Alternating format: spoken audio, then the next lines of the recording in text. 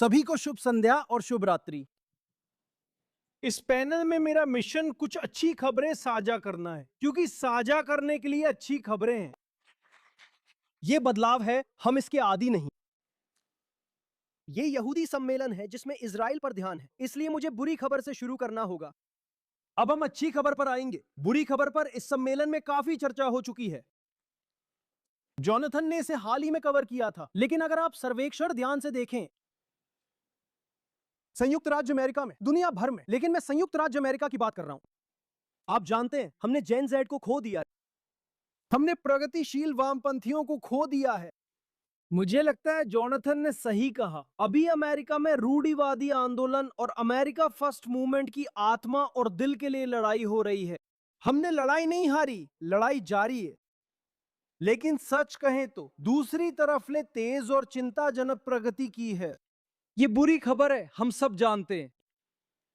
मैं जिस बात पे जोर देना चाहता हूं वो ये है, जैसे जैसे ये आंकड़े कम हुए हैं, इजराइल के ये नए आलोचक, इजराइल के ये नए संदेहवादी, ये कट्टर यहूदी विरोधी नहीं है। कट्टर यहूदी विरोधियों की संख्या हमेशा लगभग 10% रही है। इसमें ज्यादा बदलाव नहीं आया है। जो चीज बदली है वो ये है कि अब उनके पास अपनी गलत जानकारी फैलाने के नए माध्यम है। वे भद्दा इजराइल विरोधी नैरेटिव फैला रहे हैं, जो अब हमारे मीडिया और सोशल मीडिया के बड़े हिस्सों में हावी हो गया है। इसी कारण ये 80% लोग प्रभावित होकर इजराइल के खिलाफ हो रहे हैं। वामपंथ, दक्षिणपंथ और जनरेशन जी में नुकसान काफी हद तक उसी का नतीजा है, जो इजराइल के बारे में फैलाई गई एक बद्दी और झूठी कहानी के फैलने का परिणाम है। और ये अच्छी खबर है, क्योंकि अगर ये झूठ का नतीजा है, अगर ये झूठी कहानी का नतीजा है, तो इसका मतलब है कि उन झूठों का सामना करना, उस कहानी को सच के साथ चुनौती देना फर्क ला सकता है और लाता भी है। और ये सच में फर्क लाता है। लेकिन हमें याद रखना होगा, हमारे समुदाय के ज्यादातर तरीके जिनसे हम इजराइल के बारे में अपना सच बताते हैं, वो ज्यादातर असरदार नहीं है। अमेरिकी समाज, अमेरिकी कैंपस अब खेमों में बट गए हैं। हर कोई अपनी विचारधारा के घेरे में रहता है, चाहे आप प्रोग्रेसिव लेफ्ट में हो या अमेरिका फर्स्ट राइट में। आप जो भी पढ़ते, मीडिया, सोशल मीडिया या दोस्तों से देखते हैं, वही विचारधारा के प्रमुख कथाओं की पुष्टि करता है। और जब हम इजराइल के समर्थन में बेहतरीन जानकारी या वक्ता लेकर आते हैं, तो जिन लोगों को उस जानकारी की सबसे ज्यादा जरूरत है, वे अपने विचारधारा के घेरे की आरामदायक सीमा को छोड़कर हमारे इजराइल समर्थक वक्ता को सुनने नहीं आते, जब तक कि वे विरोध करने नहीं आ रहे हों।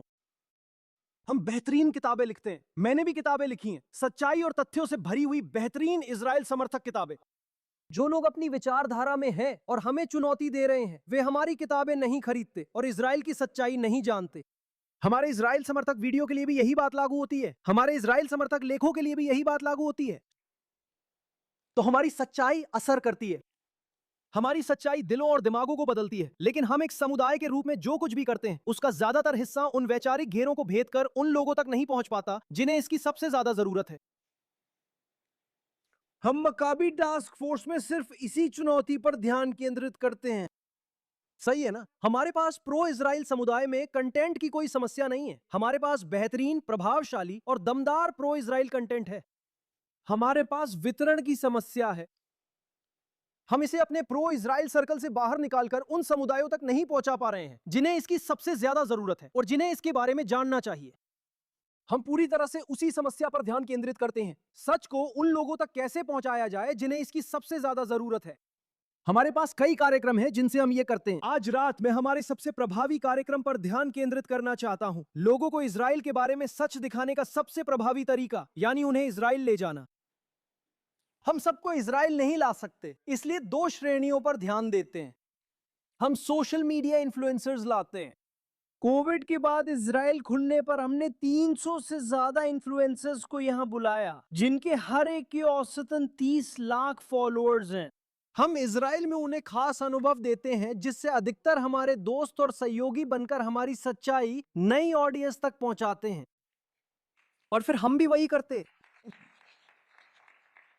हम देश भर के हमारे 65 कॉलेज कैंपसों और कुछ विदेशी कैंपसों में कैंपस का नक्शा बनाते हैं, क्योंकि सबको इजराइल लाना मुमकिन नहीं। हमें अपने गैर यहूदियों के मामले में चयनात्मक होना पड़ता है।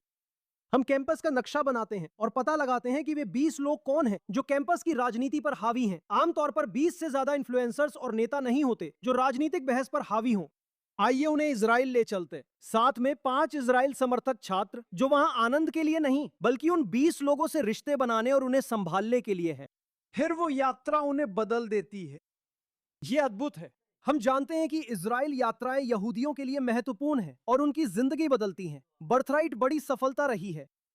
हम जानते हैं कि इजराइल की यात्राएं हमारे इंजीलवादी ईसाई दोस्तों के लिए शानदार हैं और वे उत्साहित होकर लौटते हैं। यह उनके लिए काम करता है। इजराइल की सच्चाई इतनी शक्तिशाली है कि ये अक्सर इजराइल के संदेहियों और आलोचकों को बदल देती है जो हमारे कैंपस की राजनीति में हावी रहते हैं। वे लौटकर संदेहवादी से दोस्त और सहयोगी बनते हैं, हमारे साथ कैंपस में लड़ने और जीतने के लिए गठबंधन बनाते हैं। लेकिन मेरी बात पर ही मत जाइए। आज हमारे साथ कुछ दोस्त हैं जिन्होंने इन कार्यक्रमों में भाग लिया और अब वे बता सकते हैं कि इन कार्यक्रमों ने उन्हें कैसे बदला। मैं ब्लेसिंग से शुरू करना चाहता हूं। ब्लेसिंग हमारे छात्र हैं जो साउथ अफ्रीका की विट्स यूनिवर्सिटी से हैं। वो इसका सही उच्चारण बताएंगी। मैं इसे विट्स यूनिवर्सिटी ही कहूंगा। ब्लेसिंग के माता पिता अपार्थेड में पले बड़े। ब्लेसिंग को हर काले दक्षिण अफ्रीकी की तरह बताया गया था कि इजराइल एक रंगभेदी देश है। वो इजराइल की प्रशंसक नहीं थी, लेकिन उनने इतना साहस था कि वो हमारे साथ एक यात्रा पर आईं ताकि खुद सच्चाई देख सकें, और उस सच्चाई ने उन्हें बदल दिया। ब्लेसिंग, कृपया अपना अनुभव साझा करें। सभी को शुभ संध्या। यहाँ होना मेरे लिए सम्मान है। बहुत धन्यवाद। यहाँ आकर मैं खुद को धन्य मानती हूँ। मेरा नाम ब्लेसिंग मतलाबेला है। मैं दक्षिण अफ्रीका से हूँ और विट्स यूनिवर्सिटी में कानून पढ़ रही हूँ। और मैं पहली बार 2024 में इजराइल आई थी। इस यात्रा से पहले मैंने इजराइल के बारे में सिर्फ सोशल मीडिया पर ही सुना था और मुझे पता था कि इजराइल रंग भेद कर रहा है और किसी भी दक्षिण अफ्रीकी के लिए वो शब्द बहुत गहरे तक झकझोर देता है। हमारे देश ने एक दर्दनाक अतीत झेला है और क्योंकि वो शब्द इजराइल से जुड़ा हुआ था, मुझे इजराइल से सच में नफरत हो गई थी। सोशल मीडिया पर जो देखा उससे आगे मैं इजराइल के बारे में कुछ भी नहीं जानती थी। मैंने इस यात्रा में आकर अपनी सोच को चुनौती देने और बौद्धिक रूप से आलसी न बनने का निश्चय किया। सच कहूँ तो ये जीवन बदलने वाला अनुभव था। मैं ये देखकर हैरान रह गई थी। हमारे यहाँ मुस्लिम हैं, हमारे यहाँ अरब हैं, हमारे यहाँ अरब आबादी है, हमारे यहाँ ईसाई हैं, इथियोपियाई यहूदी हैं, कुछ लोग ऐसे हैं जो मेरी तरह दिखते हैं। हमारे यहाँ यहूदी समुदाय है और इतनी सारी अलग अलग धर्म, इतने सारे अलग अलग लोग हैं। यहाँ तक कि तेल अवीव भी बहुत आधुनिक था। मैंने सोचा था कि पूरा राज्य रूढ़िवादी है, लेकिन देश की विविधता को देखना वाकई सशक्त करने वाला था। इस यात्रा का सबसे जीवन बदलने वाला पहलू नोवा फेस्टिवल के एक जीवित बचे हुए व्यक्ति से मेरी बातचीत थी। ये सुनना कि महिलाओं के साथ बेरहमी से बलात्कार और यौन शोषण किया गया मेरे लिए बिल्कुल नया था। मैंने कभी नहीं सोचा था कि ऐसा कुछ हुआ है और साउथ अफ्रीका में भी यही हाल है। हम में से बहुत से लोग 7 अक्टूबर के बारे में नहीं जानते और मैं इस देश को छोड़कर वापस साउथ अफ्रीका नहीं जा सकती थी और उस दिन मारी गई महिलाओं की कहानियों के बारे में बात न करूं। ये मानवता के साथ अन्याय होगा। तभी से मैंने अपना जीवन यहूदी विरोधी भावना से लड़ने को समर्पित किया है और मुझे इस पर गर्व है।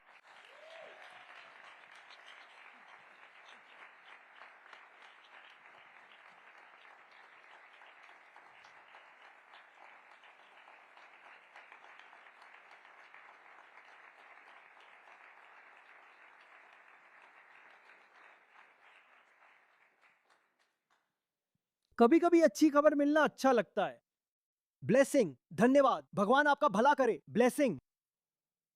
निकोल, मैं नहीं चाहता कि मैं आपको गलत तरीके से पेश करूं, लेकिन क्या इजराइल यात्रा के निमंत्रण से पहले आप इजराइल को लेकर संदेह में थीं? हमें अपनी कहानी बताइए। नमस्ते, मेरा नाम निकोल रॉड्रिगेज मुनियोज है। मैं कोलंबियाई अमेरिकी हूँ और हाल ही में पेंसिल्वेनिया स्टेट यूनिवर्सिटी से मनोविज्ञान में स्नातक हुई हूँ। मेरी कहानी अनोखी है। मेरी कहानी इस मायने में अनोखी है कि मेरी कहानी असल में 7 अक्टूबर के अगले दिन यानी 8 अक्टूबर को शुरू हुई, जब मैं यहूदी नहीं थी, जब मैं मध्य पूर्व के बारे में बहुत अनजान थी, क्योंकि मेरा उसमें कोई दाव नहीं था। मैंने अपनी सोशल मीडिया फीड पर एक दो पोस्ट देखी थी, लेकिन मैंने जल्दी ही अपना दिन आगे बढ़ा लिया। सच में समझ नहीं पाई कि क्या हो रहा है, बस इतना जानती थी कि मध्य पूर्व में कुछ हुआ है। 8 अक्टूबर को सुबह 9 बजे क्लास जाते समय मैंने यूनिवर्सिटी के मुख्य क्षेत्र में बड़ा प्रो पैलेस्टीनियन प्रदर्शन देखा। वो इतना बड़ा था कि मुझे लगा शायद इज़राइल ने वही फिलिस्तीनियों के साथ किया जो मैंने 7 अक्टूबर की रात पढ़ा था। मुझे पता है, ये अजीब लगता है, पर यही कहानी मेरे कैंपस में फैल रही थी। फिर युद्ध शुरू हुआ। मीडिया और मेरे प्रोफेसर एक ही कहानी चला रहे थे। इतना ज्यादा कि एक समय पर मैंने खुद को इज़राइल विरोधी मान लिया था। मैं कभी कैफिये नहीं पहनती थी या प्रदर्शनों में नहीं जाती, लेकिन इज़राइल के प्रति मेरे मन में नकारात्मक भावनाएं थीं। मेरे मन में कुछ सवाल थे जिनका जवाब दूसरी तरफ कभी नहीं मिला। मुझे एमटीएफ ने मेरी पहली पर्सपेक्टिव्स यात्रा के लिए चुना और दो मुख्य बातें थीं जो मुझे वाकई में बहुत खास लगीं। एक तो सड़क के संकेत थे जिन पर हिब्रू, अरबी और अंग्रेजी में लिखा था। जब आपको बताया जाता है कि इज़राइल में यहूदी श्वेत सर्वोच्चता है और फिर आप सरकारी संकेतों पर 3 अलग-अलग भाषाएं देखते हैं, तो आपके दिमाग की बत्ती जलने लगती है। मुझे एक इंसान के तौर पर बुनियादी रूप से बदलने और मेरी यात्रा की शुरुआत करने वाली चीज़ नोवा, फराजा और नूडल्स थीं, जिन्होंने मेरा सोचने का तरीका भी बदल दिया। उन कहानियों को सुनना और चेहरों को देखना मुझे सच्चाई से रूबरू करवाकर मुझे बुनियादी रूप से बदल गया। मैं 2 सर्वाइवरों की गवाही भी सुन पाई। सच सुनना, उसका गवाह बनना, ये बहुत बड़ा सौभाग्य है। लेकिन ये एक बोझ भी है। ये बोझ इसलिए है क्योंकि एक बार जब आप सच सुन लेते हैं, तो आपके पास चुप रहने की सहूलियत नहीं रहती। उस यात्रा के बाद मुझे इंटर्न चुना गया। फिर मैं कैंपस लौटी और नए छात्रों के एक समूह को पर्सपेक्टिव ट्रिप पर आने के लिए राजी किया। लेकिन जिस बात पर मुझे सबसे ज्यादा गर्व है, वो ये है कि मैं अपने कैंपस में एसजीपीआई को बुनियादी रूप से कमजोर करने में सफल रही और उन्होंने जो कानून पास कराने की कोशिश की थी, उसे रोक दिया। Thank you. Thank you. वो इज़राइल समर्थक और ज़ायनिस्ट आवाज़ों को कमज़ोर करता। मेरे और अन्य ज़ायनिस्ट छात्रों के प्रयासों से अब छात्र संघ में ज़ायनिस्ट आवाज़ें सुनी जाती हैं और एसजेपी के पास पूरी ताकत नहीं है।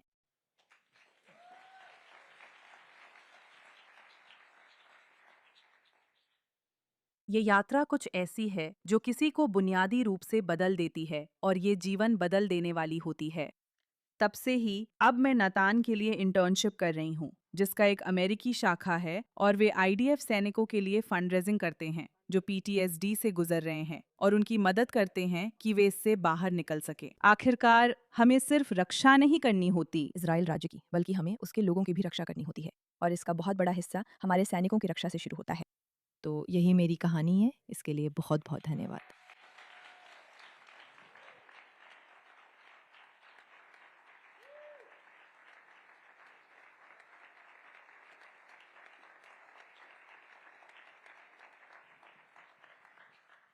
धन्यवाद निकोल, भगवान तुम्हें आशीर्वाद दें।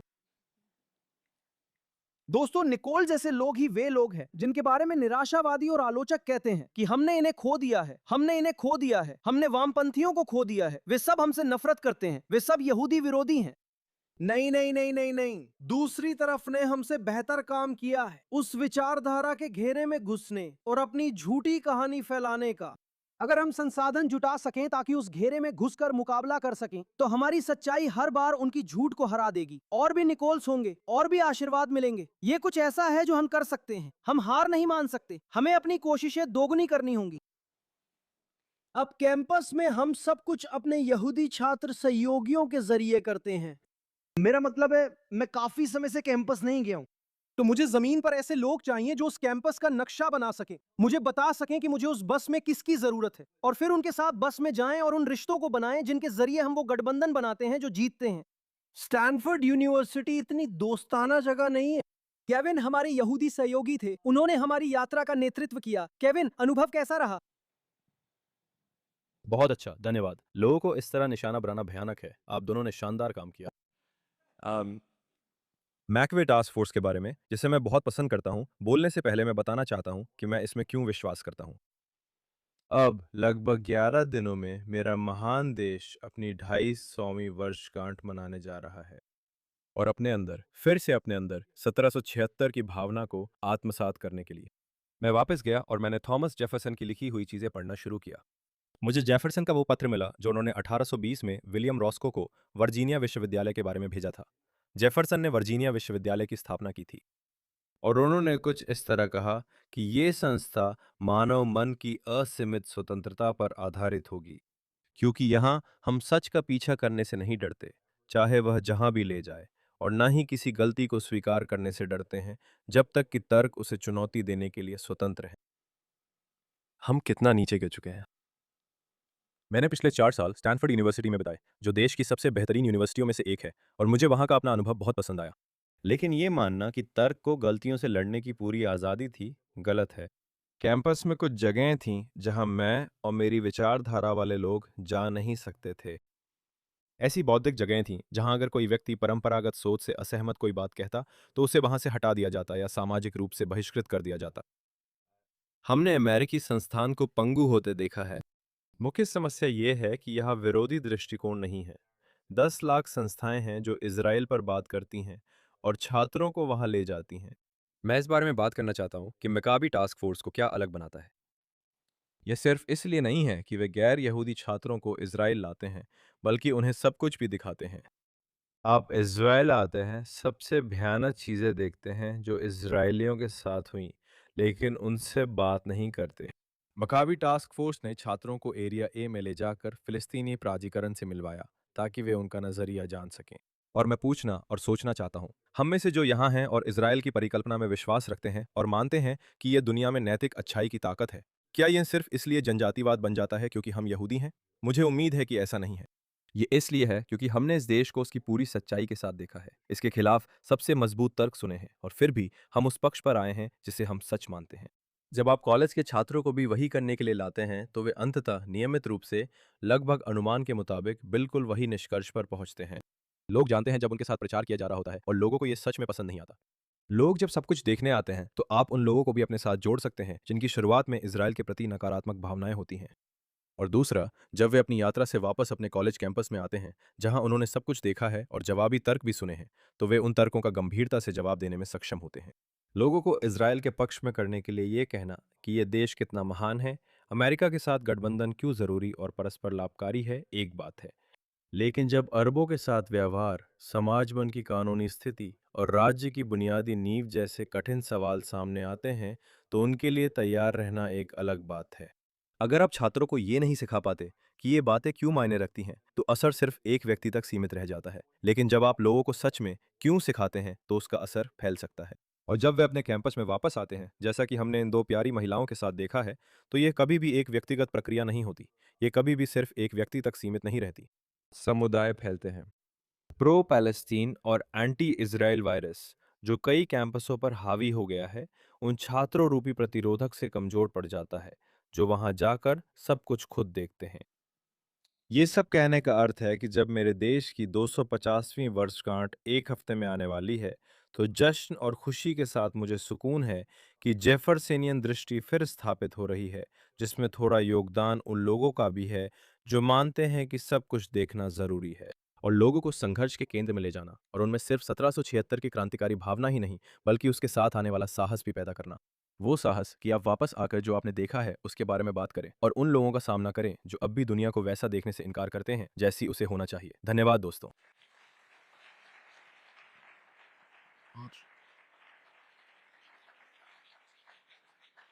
केविन की यात्रा में हम नहीं लाते। अगर आप जानते हैं, अगर आपकी परवरिश एक यहूदी विरोधी के रूप में हुई है, अगर हम ये जान सकते हैं कि यह आपकी पहचान का हिस्सा जन्म से ही रहा है, तो हम आपको यात्रा पर नहीं लाते। हम खुले विचारों वाले हैं क्योंकि हमें इस अनुभव की शक्ति पर पूरा भरोसा है। ये केविन की यात्रा का उदाहरण है, जहां उन्होंने स्टैनफोर्ड में इजराइल विरोधी शिविरों के आयोजन और नेतृत्व में मदद करने वाली महिलाओं में से एक को संपर्क कर साथ आने के लिए आमंत्रित किया था। केविन, आप बस बहुत संक्षेप में बताएं क्योंकि हमारे पास समय नहीं है। उनकी यात्रा कैसी रही और जब से वो वापस आई हैं तब से वो क्या कर रही हैं? मैंने अपने 22 साल के जीवन में कभी भी इतनी जबरदस्त व्यक्तिगत परिवर्तन, इतनी जबरदस्त वैचारिक परिवर्तन नहीं देखी जितनी मैंने इस व्यक्ति में देखी, जिसकी पूरी पहचान उस समय तक इजराइल से उसकी नफरत और इस संघर्ष को सही और गलत, काले और सफेद की उसकी अपनी समझ के दायरे में देखने पर टिकी हुई थी। यात्रा से लौटने के बाद वो मीडिया में अपनी राय उन लोगों तक पहुंचाने वाली सबसे मुखर शख्सियत बन गई है जो पहले उससे असहमत थे। उसके लेख टेलीग्राफ में पढ़ें और इंटरव्यू फ्री प्रेस में देखें। डैरेन थॉमस, और अगर कोई उसके बारे में जानना चाहे तो वो मेरी अच्छी दोस्त है और मैं उस पर गर्व करता हूं कि उसने जो किया है। हाँ, हम इसे बार बार देखते हैं। तो अंत में मुझे नहीं पता कि एलेक्स इंतजार कर रहा है या नहीं। हाँ, कर रहा है। अंत में एलेक्स के पसंदीदा 2 शब्द। अब हमारे समुदाय में बहुत सारी आवाजें उठ रही हैं जो कह रही हैं, जानते हो क्या, सब कुछ खत्म हो गया है, चलो लड़ाई छोड़ देते हैं। जानते हो ब्रैड स्टीवंस, जिन्हें मैं बहुत सम्मान करता हूं, ने कुछ महीने पहले एक बहुत महत्वपूर्ण भाषण दिया था जिसमें उन्होंने मूल रूप से कहा था कि हमें यहूदी विरोधी के खिलाफ लड़ना बंद कर देना चाहिए। ये समय और प्रयास की बर्बादी है क्योंकि यहूदी विरोधी लोग हमसे जानकारी की कमी या गलत जानकारी की वजह से नफरत नहीं करते। वे हमसे नफरत करते हैं क्योंकि उनकी मानसिक समस्या है जिसे हमारी बातें नहीं बदल सकती। ब्रैड स्टीवंस यहूदी विरोधियों और उस 10% के बारे में जो हमें हमेशा नफरत करता है पूरी तरह सही थे, लेकिन वो यहूदी विरोधिता से लड़ने के मकसद को गलत समझे। इसका उद्देश्य नफरत करने वालों को हमें पसंद करवाना नहीं है। वे कभी हमसे प्यार नहीं करेंगे। ये समय की बर्बादी और हमें नीचा दिखाता है। यहूदी विरोधिता से लड़ाई हमेशा उन 80% लोगों के लिए है जो बीच में हैं और किस पर विश्वास करें नहीं जानते। और अगर हम उस लड़ाई को छोड़ देते तो हमने कतर का भला कर दिया है। हमने ये सुनिश्चित कर दिया है कि उनका 400 अरब डॉलर का निवेश एक शानदार निवेश है। हमने ईरान का भला कर दिया है। हमने टकर कार्लसन का भला कर दिया है। हमने कैंडिस ओवंस का भला कर दिया है। हम ये लड़ाई नहीं छोड़ सकते। हमारी सच्चाई शक्तिशाली है जो दिल दिमाग बदल देती है। हार मानने का समय नहीं दोस्तों, बल्कि दोगुनी ताकत से जुटकर बहुत बहुत ज्यादा करने का समय है। धन्यवाद।